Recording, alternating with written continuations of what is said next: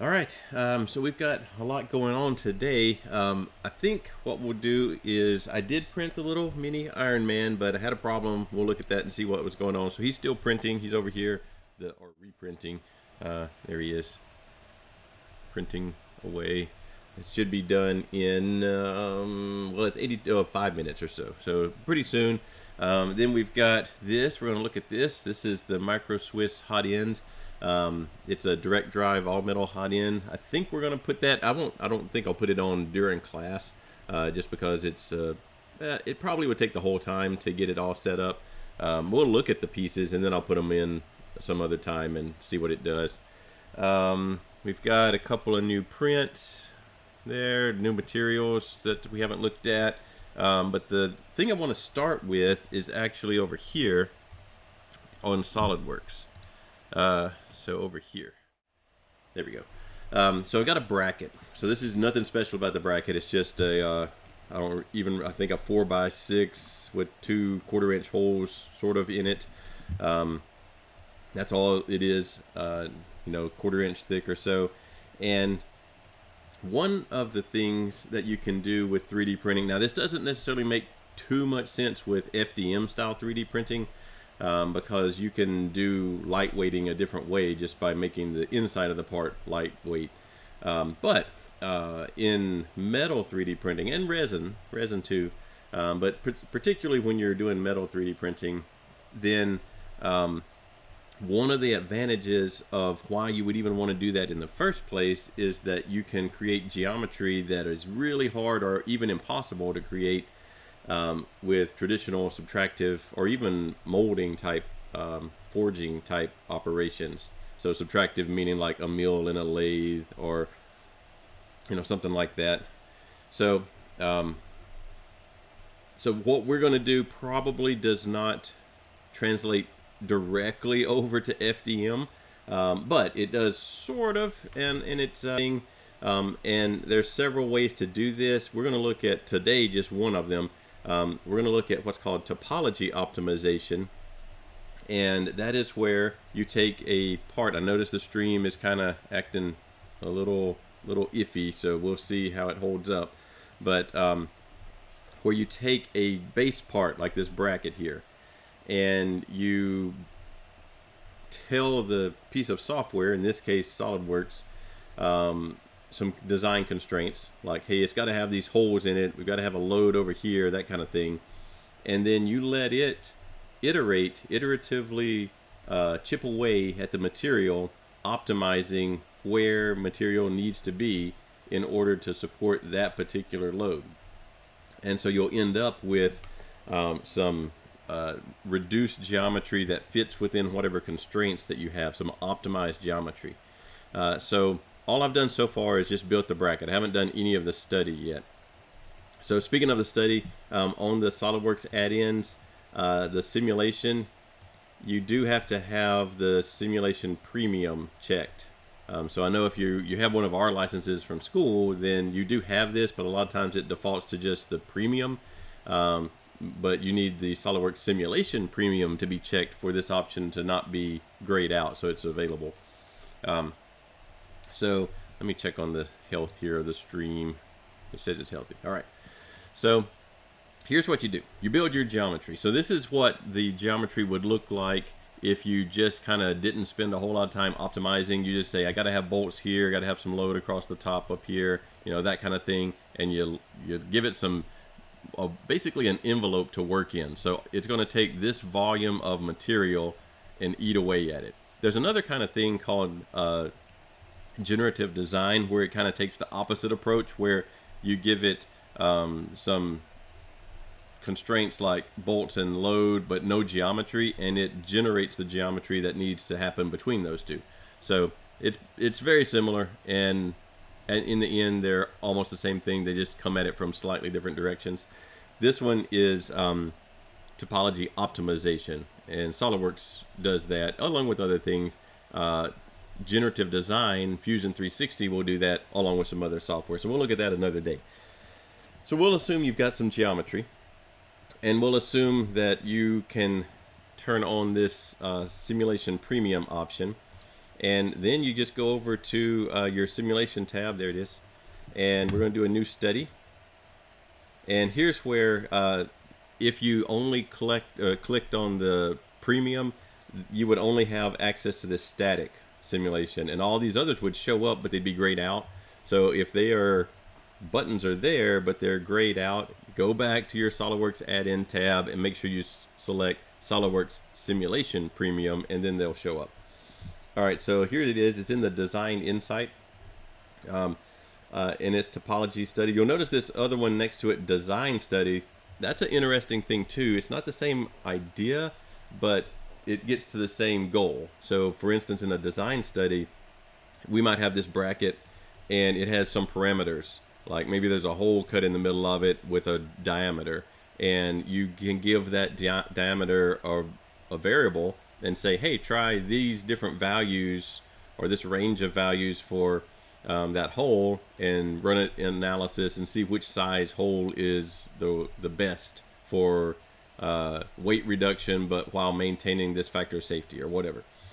So that's another thing. We might look at that later in the quarter. It's not particularly made for additive fabrication. Can be. Topology study does not have to be specific to additive either. But that's what we're going to do. So we're going to click on Topology Study.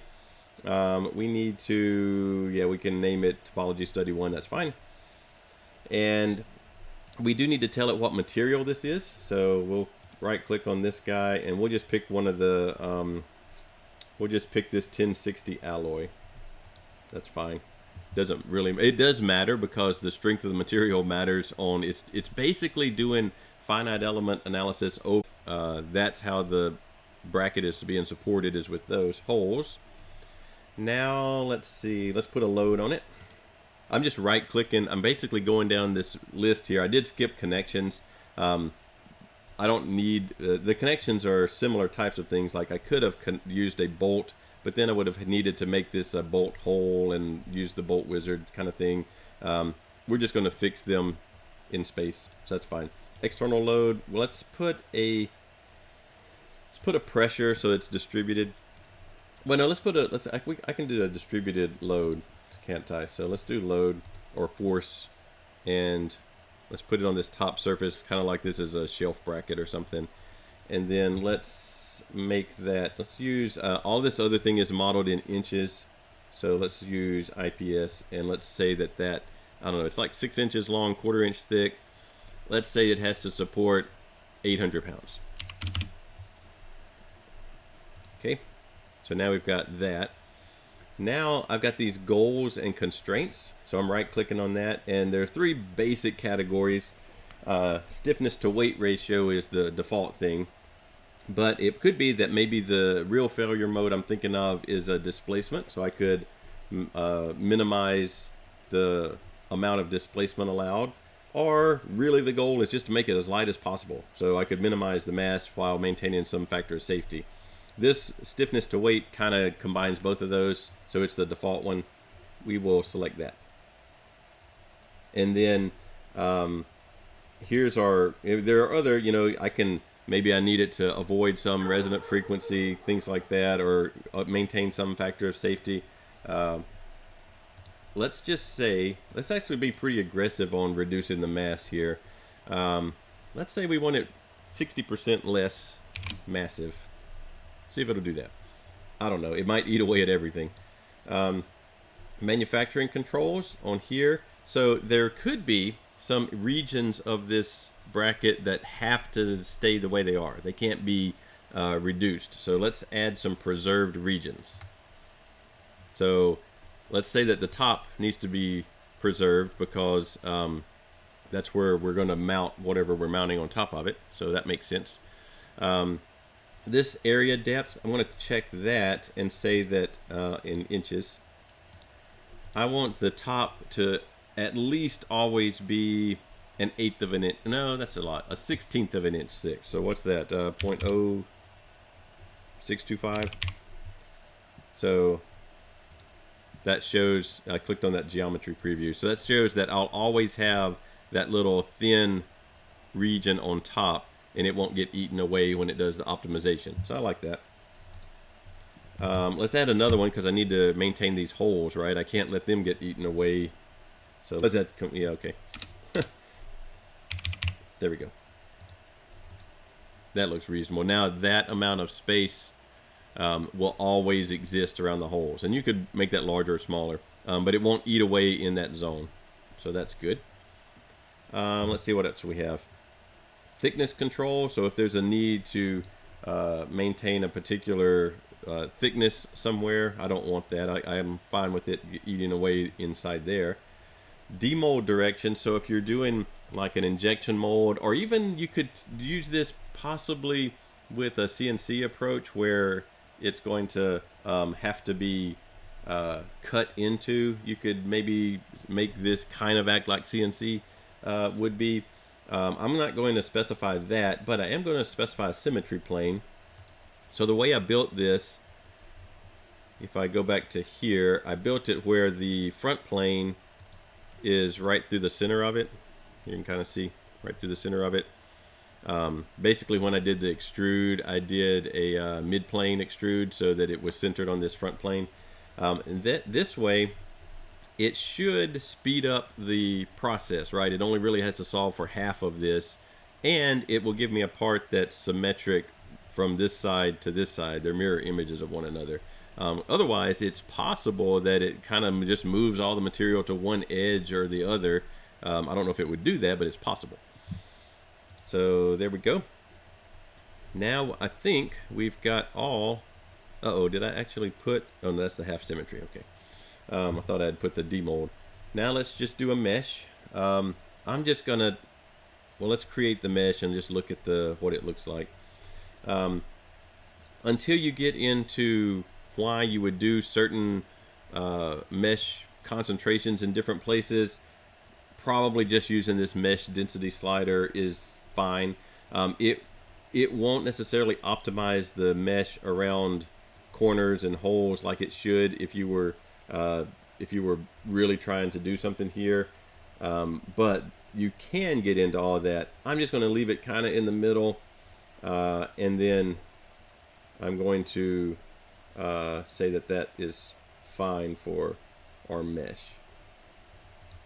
Okay, so there's our mesh. So you can kind of see all of the mesh elements are roughly the same size, where it probably should have a little bit of higher density mesh around the circle and around these corners up here, so that I don't get some singularity type issues going on. But that's actually a lot of little elements. So this simulation hopefully will finish before we're done with the stream. I'm not 100% sure it will, because sometimes these can take a while. So the SolidWorks ones, they run locally. They run on your computer. Fusion takes the approach of sending it off to the cloud, letting whatever resources out there go and process it, and that can certainly speed up the time, but you still have to wait in line, and it's not free. And the education license seems like it's still free for Fusion 360, but that can lead to some lengthy times for these solutions. So let's run it and just see what we get. We'll look at it for a little while. Iron Man's not finished over there, so I just want to run. Where's run? Do I have to go up here? There it is. All right. So we should pop up a couple of graphs here in a second that we can look at for us moments. It's going to be pretty slow, probably, particularly since I am streaming and doing a lot of other things that are taking some of the computer resources. But let's see what happens. I don't have any progress yet. It might be that we have to come back and look at this on Monday. I just don't know yet how long it's going to take, with the fact that it's already doing other things. But so far it hasn't even made it to the first iteration. I wanted it to get to one iteration so you could kind of see what it's doing. There we go. All right, so now you see this little button popped up. I can use some convergence data. So I get these two graphs of the best stiffness goal and the mass goal. Each one has its own little, oh, I got to get them all, there we go. So these two, you can kind of see this red trace and this target line. What you want to happen is you want these solutions to iteratively converge to a constant value. It could be in finite element analysis that you end up, exploding the solution. It gets some singularity somewhere and it just explodes. You could get oscillation. So instead of like converging to this target, it's constantly oscillating around it.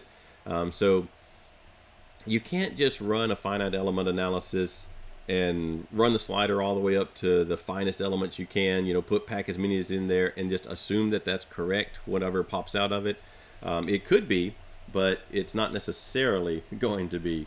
So there is a lot of mesh optimization and a lot of other things that you need to do to convince yourself that the output from your finite element analysis is accurate. You can kind of see this one's, it dropped way down. Well, my scale here is not that big, but it dropped way down and then it started approaching, and it looks like it's, maybe it's either going to oscillate a little bit or it's going to start to form an asymptote to this target line. Yeah, it looks like it is oscillating a little bit.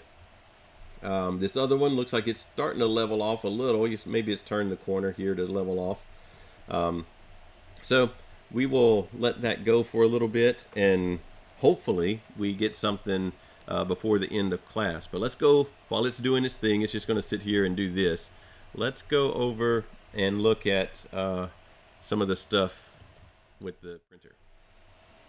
Well, we might as well look at that. That's what's on the camera. So this, let's get some, I got to move some things out of the way. This is the, oh, let's see, which way do we need to go? There we go. This is the Micro Swiss Direct Drive Extruder. I bought this one probably last year or earlier, like in January. I'm not sure. It's been a while since I bought it. It's probably been like 7 or 8 months ago. I never put it on any of the printers. I have put one of these on a different printer, but not this one. So what the advantage of this guy would be is that it's direct drive. So that means that the motor that is powering the filament into the feeder, into the hot end, is going to be directly connected to the hot end. So there's this little pattern up here. Here's one. A stepper motor. Well, it's going to mount this way. It's going to mount directly on that thing with a gear on it and push filament. The hot end's going to sit right here. So here's a piece of the hot end. The hot end's going to sit right there. So there's going to be almost no unconstrained filament path. So that makes it good for flexible printing materials, because one of the issues with flexible printing is that if you have to push on that really flexible filament for a long period of space, or I guess a distance of space, even if it's constrained in a Bowden tube, it is really springy and it's tough to do. It can be done, but the really soft flexibles are difficult in the Bowden tube printers. So if you're needing to print really flexibles, this kind of setup is good. Also, it really helps with retraction. You run almost no retraction because there's very little spring pressure built up in the filament between the feeder and where it comes out of the nozzle. There's almost none. You might run a tiny bit of retraction, but not much. Let's see. Another thing that is with this one has to do with our hot end here. See if we can look inside. And so this is the cold side of the hot end. There's the heat sink that's going to keep the filament cool. And the SolidWorks popped up, so it's just seeing if it solved or what it did. Let's see. Still going? I think it might still be, yeah, it's still going. All right. So the thing that's going on over here is that this one is an all metal, meaning that there's no, the plastic, I don't know if you can see. Well, I'll try to get close in there, but yeah, it's going to be hard to tell, but you can see inside there the seat for where the tube does end, and it's like right up here, somewhere in that region. So all of this is all metal. There's no plastic in there, and then your heat block is going to be down here. Down here. And the heaters obviously around here in that circle. And so I can print much hotter temperatures without having to worry about melting the tube that's in there, the plastic tube or Teflon tube, because it's way far removed from the actual heat zone. So that'll be nice. So we can print some really higher temperature materials. The downside is that now I've got to move this, or a stepper motor. I think I have the exact same size over here. I have to move that every time I move the whole thing back and forth. So instead of the bed being the massive part, now the x-axis is massive. And so I might lose a little bit of, or I won't gain any speed necessarily with going to direct drive, printing speed. But just because of the mass that I have to move left and right now. It looks like Iron Man finished. So this thing, oh, it's also a geared one. So the feeder that we replaced is also a geared one. This one has a set of nicely done gears. There's one of them. Here's the other one on the little tension arm. It does come with a 0.4 plated nozzle. We'll replace that with probably the nozzle that's already in the printer, 0.6, hard the exotic materials, but the higher temperature materials. We'll end up with an issue that we will not have an enclosure. I do have a sort of solution for that. We'll look at that later on. The bed is not going to be able to heat to some of the temperatures for some materials, but we'll be able to print like a nylon or something like that relatively easily. So that's more of a engineering material. We won't be able to print stuff like PEEK or some of the really, really high-end. I think Ultim might be one we can't do. So some of the really tough to print plastics we won't be able to do because of the lack of an enclosure. Our bed's not going to get hot enough, that kind of thing. But we'll be able to print some really cool materials once we get this on here. All right. Stream is still... Oh no. Let's see. SolidWorks gave us an... Oh, no. All right, let's go to SolidWorks. It did solve. It just gave us an error. So here's what we got. And so I don't know how long that took. Does it still have it doesn't have our window about how long it took. But here's the kind of thing that you might get. So this, it ate away a lot of the material. Now you could go in, I think if I right click on here, maybe it's on the results. Or maybe it's on the study itself. I'm looking for, I can actually smooth this mesh, this resulting mesh, and use it as a template. So there's some plots. I wonder if it's in the mesh. No. Oh, export smooth mesh. So let's do that. I'm going to do it as a new part file. They really want you to do configurations. I just haven't actually worked with configurations in SolidWorks a lot yet, so I can't do that very well. So we're going to do a whole new part file. We'll put it on the desktop. That's fine. And it will take that kind of rough, jaggedy model that we had, and this model, and smooth it out a little bit, and we can use that. You could just print that. So you could just export that as a STL and print it. Looking at this, I probably should have kept some material back here, but I didn't preserve any of that, and it said you don't need it, so it got rid of it all. So we could do that. we probably should go in and like optimize, you know, oh man, maybe we can get rid of some more of this. It's given us this kind of 5 stages over here. You got to keep all the yellow stuff. It's okay to remove any purple, which it did automatically, but it's probably okay to remove some of that blue and still be okay. So the next step would be, let's see if we can open, well, let's save this one while we have it open. Let's open the one that we just exported.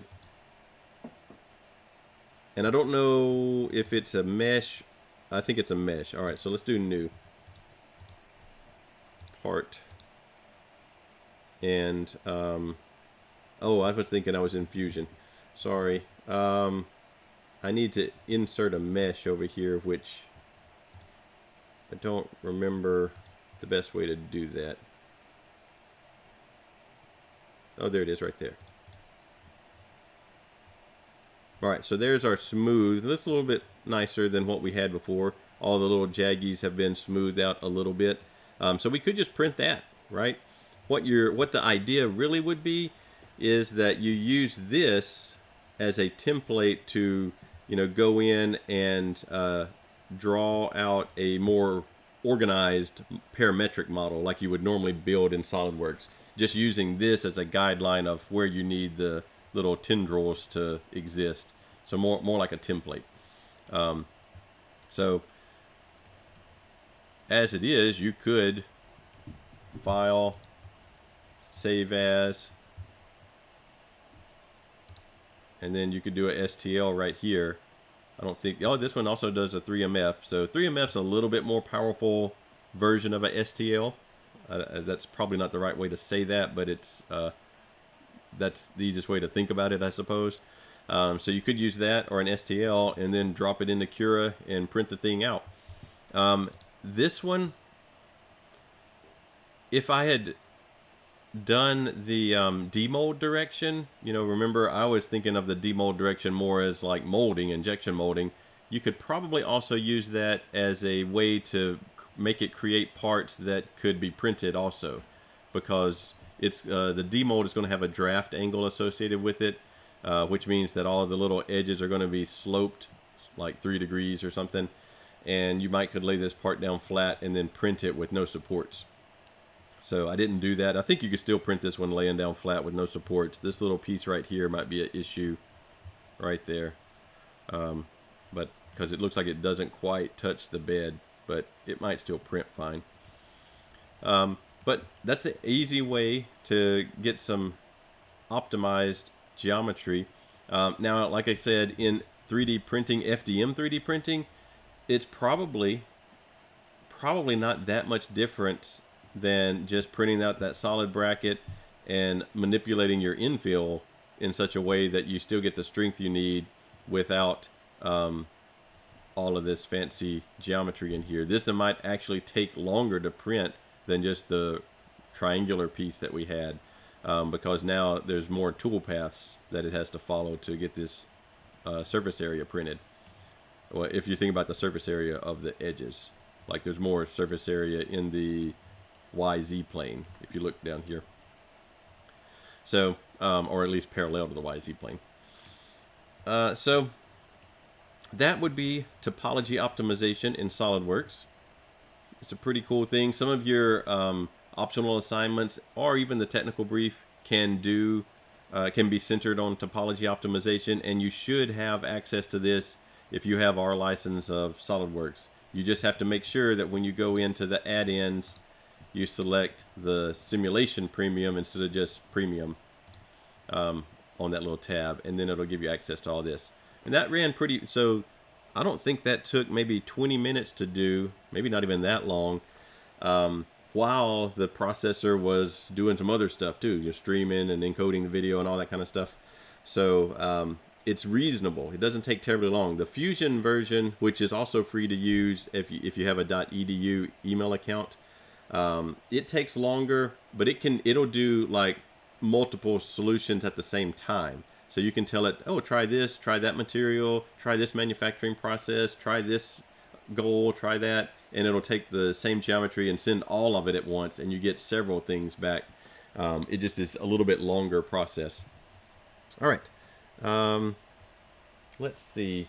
Let's go look over here at Iron Man again. He just finished printing. So let's look at what went wrong the first time. So here he is, the first one. Can't tell much about him. Let's see if we can get down there on him. Now you can start to see his problems. So I'll have to turn that light. Yeah, there we go. See how the top layers have holes in them, right? Like there's a bunch of holes here everywhere. He did print. I did have to glue him back together. Like right there, you can kind of see a glue line. But what happened here is that I forgot, and I didn't check close enough in the preview, but I left on spiralized outer contours. So printing these vases, I had spiralize on because it makes sense for a vase. Sometimes it's even called vase mode. But for something like this, that doesn't make a lot of sense. So if you ever end up with a part where it kind of prints, but you've got some definite issues on particularly top surfaces, go back and see if you left spiralized outer contours on. That's what happened here. It did print. It didn't even print that much faster than the one. So this one took, I think it said 40. Well, actually, I can check. Let's see. So let's see where the jobs here. This is the control. This is the jobs panel from the Sonic pad running Clipper that's controlling the machine. So the last print, there's Iron Man. It wouldn't say the duration. So the one that I just did was 38 minutes of printing time and then some minutes of warm up and all that kind of stuff. So 40-ish minutes for the one that didn't have spiral outer contours on it. Let's turn this down. And there, because it's making a bunch of noise over there. So the one with spiral contours wasn't much faster than that. It was about the same amount of time. And it had no infill and one wall. So let's look at the new guy and see if he's any better. So here, let's get him off the printer.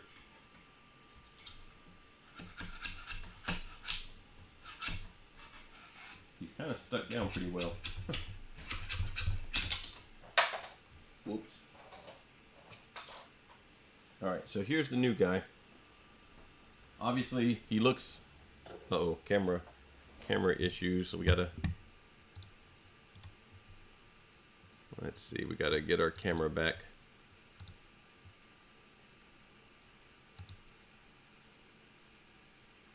There they are.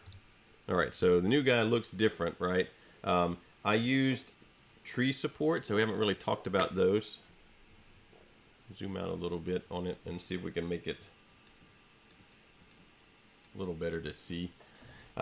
Here's the tree supports that came off of the spiral guy. So spiralized, he had these tree supports around him.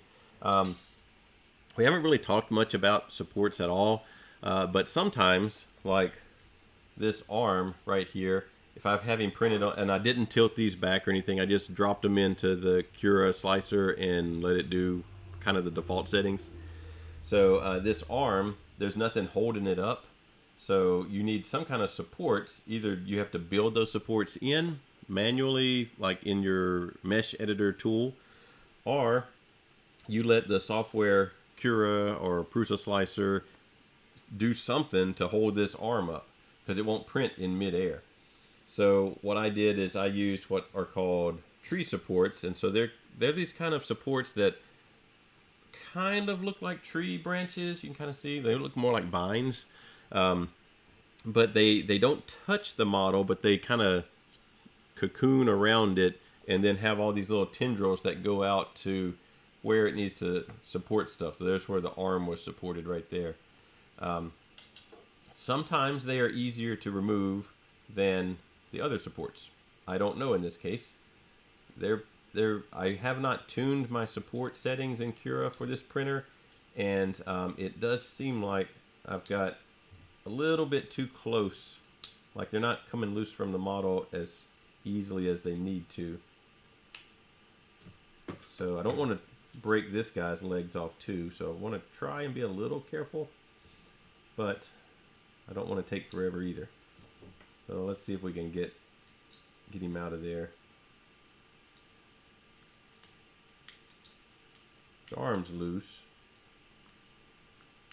Left arm is loose, sort of. Left arm has this thing on it also. Let's see if we can get that off of there. Looks like it's his legs that are giving us some trouble. There.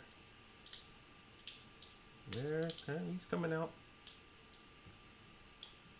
See if we can get that out of there. There's something. I think it really adhered to. Uh-oh, well, there went his arm. I didn't fix his base. I should have fixed his base a little better. Because it has some issues on it. It's real thin, and I'm not sure where his arm went, but it flew away.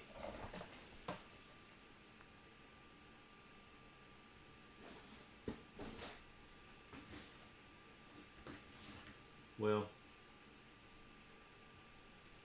I'll have to find it another time, but let's see how well he did. There's a little bit of nasty in there. He looks pretty good though. So this is, again, we scanned, if you weren't watching the last one, we scanned this guy.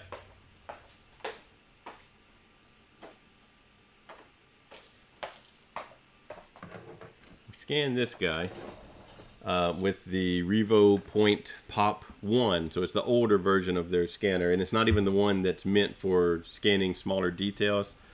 So we scanned him in, like, I don't know, it was probably 5 minutes of what it took to actually scan him, maybe 10 minutes. Dropped him into Mesh Mixer, which might still be open. Let's see if he's still, yeah, there it is. Dropped him into Mesh Mixer, and basically all I did is I flattened out the bottom, because he has this little stand on him. So I flattened that out so it would sit on the printer, and that was it. Now in the class I tried to fix his fingers and do some stuff like that to just show you that you could do that. This one is not. This is straight off the scanner, other than I flattened the bottom. And then we printed him, put him in Cura. So there's Cura with the tree supports. So if you go into support, by default, it doesn't tell you anything about tree supports. But if you click on these little sliders here, you have a whole bunch of other options, and you can add in tree supports. I think what I did, oh wow, I don't remember which one it is. What I did is I just went to my search settings and typed in tree. And then support structure, there's normal or tree, and so I switched over to tree. And then I didn't change any of the options. I left them all the same. And the first time I printed, I still had spiral contours. The cream is still having trouble. Maybe it will come back. I think it did. So that's kind of the process that we went through to get this little guy minus his arm. I'll find it and glue it back on there. Super glue works generally pretty well. Model glue does not typically work, like the kind you would use on a styrene model, like a plastic model from Hobby Lobby or something. That kind of glue isn't actually a glue. It's more of a chemical that dissolves the plastic, and it doesn't dissolve PLA. So you need more of a super glue or an epoxy, something like that, to glue PLA. They do have a chemical that will dissolve PLA similar to what model glue does with styrene, but it is super caustic and not something you're going to find in a tube at Walmart. So, and you wouldn't even want to use it outside of a vent hood type thing. So, I think there could be one glue from the Weld-On company that will do PLA. I haven't used that, but they do have some that might melt the PLA and actually like bond it together. Most of the time I use super glue to glue PLA parts together.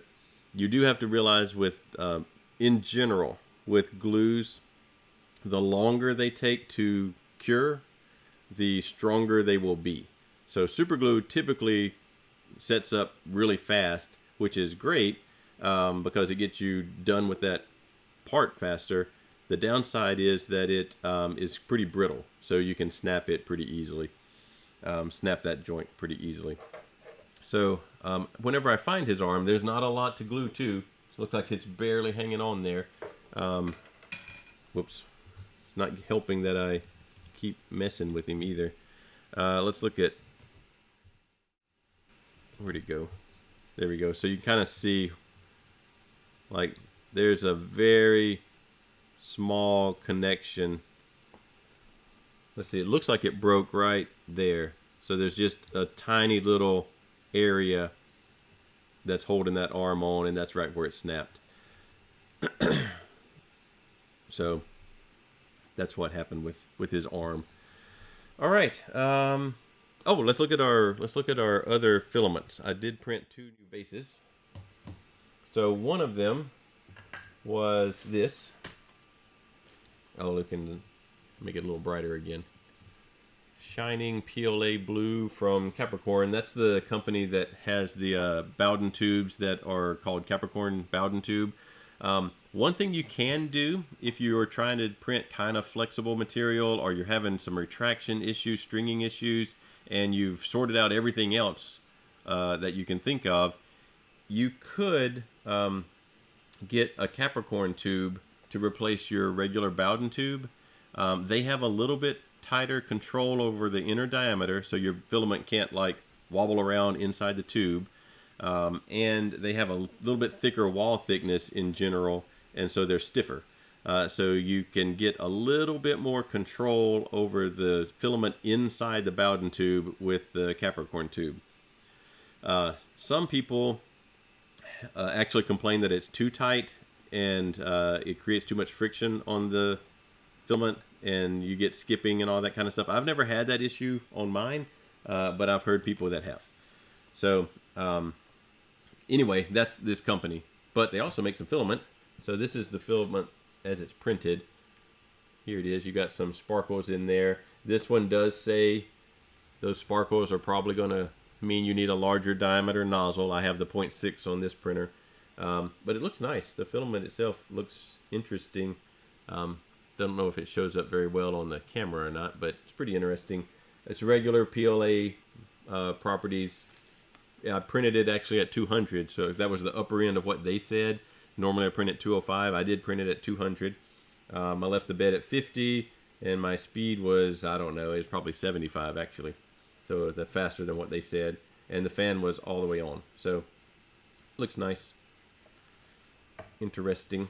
The other one I did, this one, I was waiting on to do it. I might have to get a little closer, because it is a glow filament, and the glow filaments are definitely going to be abrasive on brass nozzles. So I waited until we had put the hardened nozzle on the printer. It is a PETG. Oh, I have issues with stringing. Printer doesn't have a connection. Oh. So you must have a direct drive printer, and the stringing on direct drives is a little bit tougher to deal with because you don't need hardly any retraction. So what printer are you talking about that you have stringing issues on?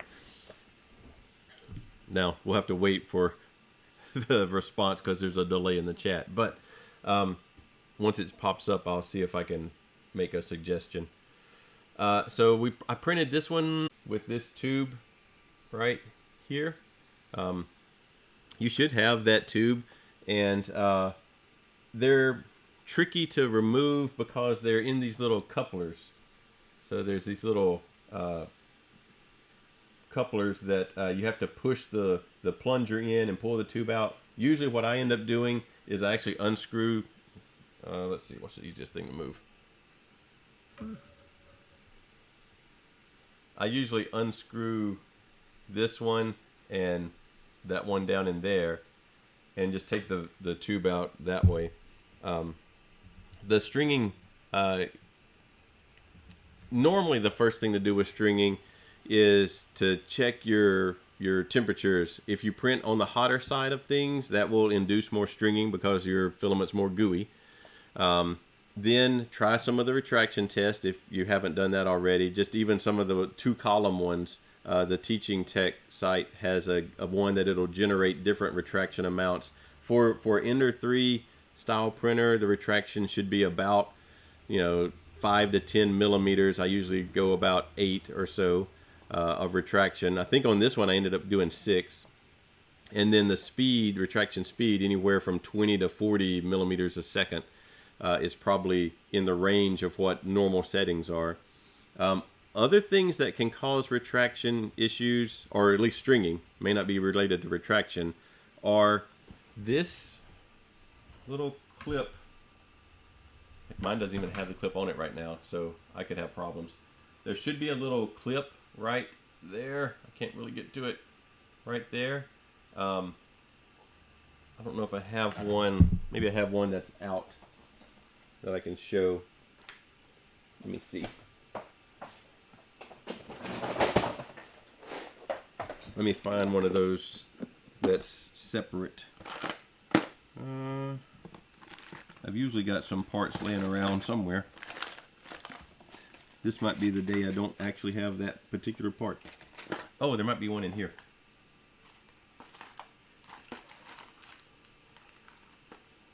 Does it not have one?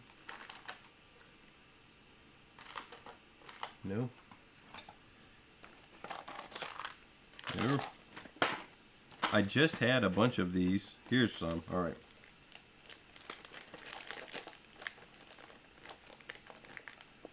So let's look at it over here. Then we'll come back to the PETG. So there's one of the little clips that the tube goes in. So you push this little plunger in and pull the filament out. So it's kind of hard to do when the tube is in there. Not the filament, but the tube. You pull it out. There should be a little clip that sits in that groove, a little plastic clip. If you don't have those, you can print them. Thingiverse has printable tube clips. Let's see if I can find one.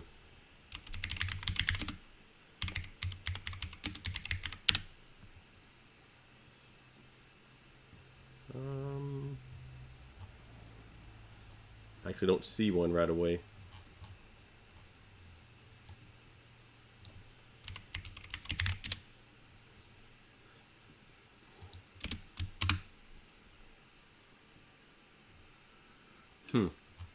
Well, I'll have to find one to show you that there are some printable. Oh, here's one. So here we go. So if you don't have one, you can print one of these little clips that fits the size coupler that you have. I searched for Bowden clip is what I searched for, and there's a whole variety of them style-wise. If you don't have that clip in there, what can happen is the tube itself, when you go to retract, the tube can move, and it'll only move like maybe 0.5 millimeter or something, or maybe up to 1 millimeter. And if the tube is moving when you're retracting, then you're not retracting all the filament. You're retracting some of the filament and some of the tube, and so it's not doing what you think it's going to do. And so the first retraction that happens actually is the tube being sucked in a little bit. So look while it's printing and retracting. So print one of the dual retraction test kind of things. I usually use the one from Teaching Tech, but here's some from some of these are crazy. Like this one is just going to be a big mess. But one of the 2 tower ones, I sometimes print this 4 spike one just because it's fast, but it's almost impossible to get clean. But print one of those, print something like that. There's one that has a variety of sections in it. And while it's retracting, watch the tube and see if that tube is sliding in and out, because it can cause stringing issues. The other one, so we talked about printing too hot can cause stringing. Your retraction settings not quite worked out can cause stringing. Your absence of the tube clip, so absence of the little clip on this guy on either end, can cause a little bit of stringing. The other thing that can cause stringing is the filament not being dry. That's a harder one to deal with, because to dry the filament, there's basically 2 things you can do. You can bake the moisture out of it, or you can suck the moisture out with a desiccant. So you have to have a big bucket of desiccant to put your filament in for the desiccant to work. And for the filament dryer, they do make filament dryer. Let me show you one.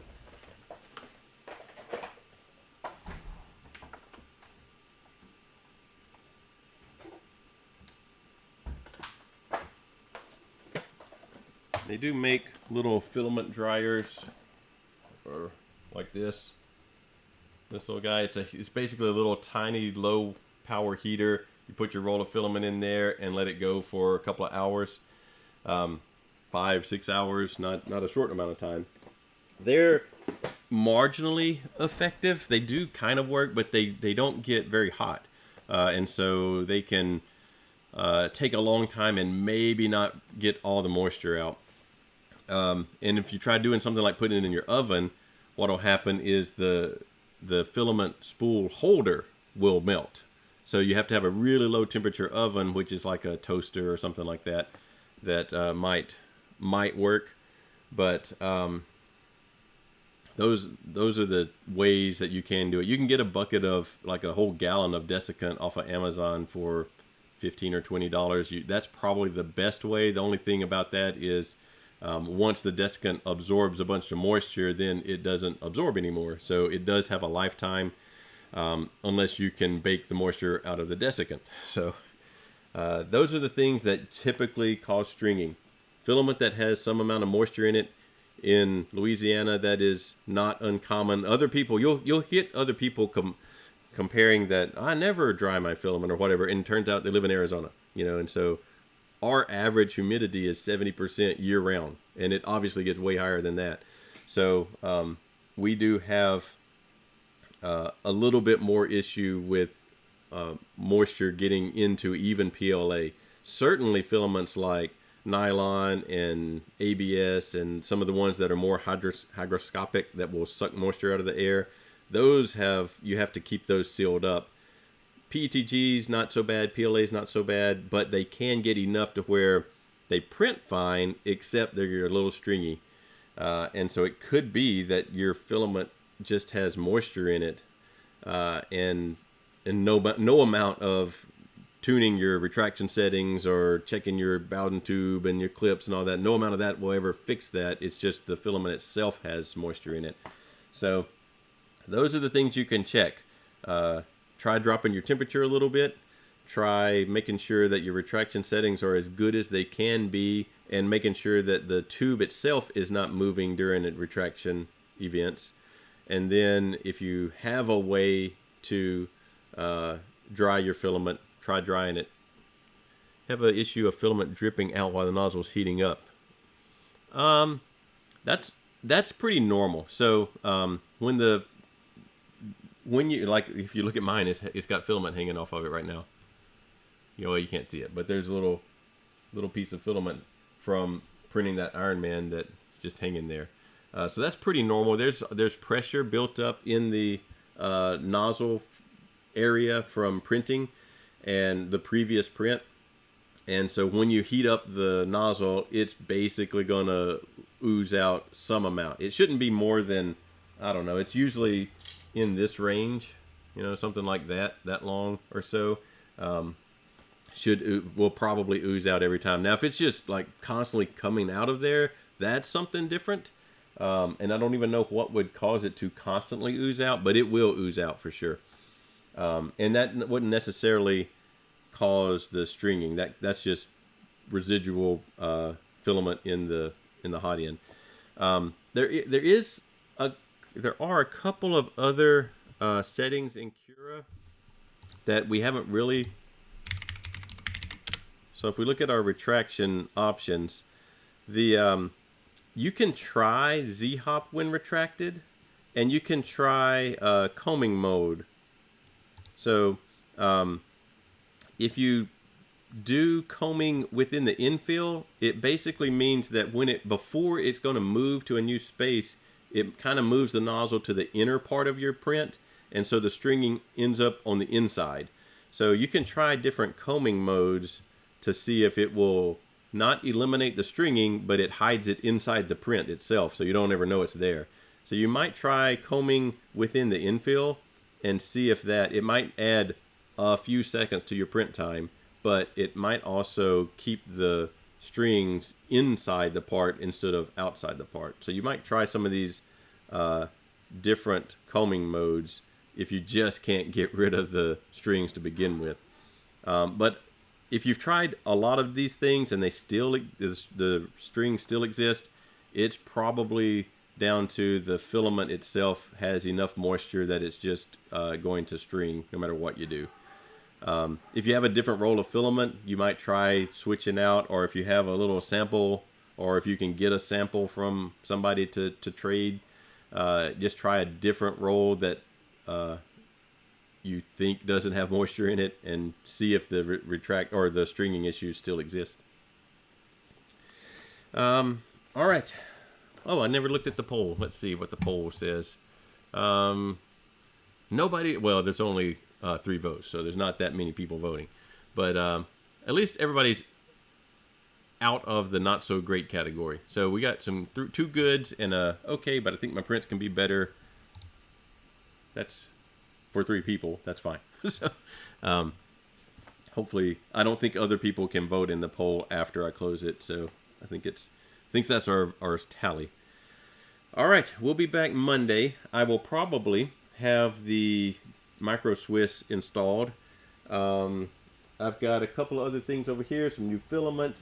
We'll probably look at the Fusion 360's version of topology optimization. They call that generative design. It's very similar and it produces similar results, but it has a slightly different workflow that we'll look at. I'm not sure what other thing we'll do on Monday.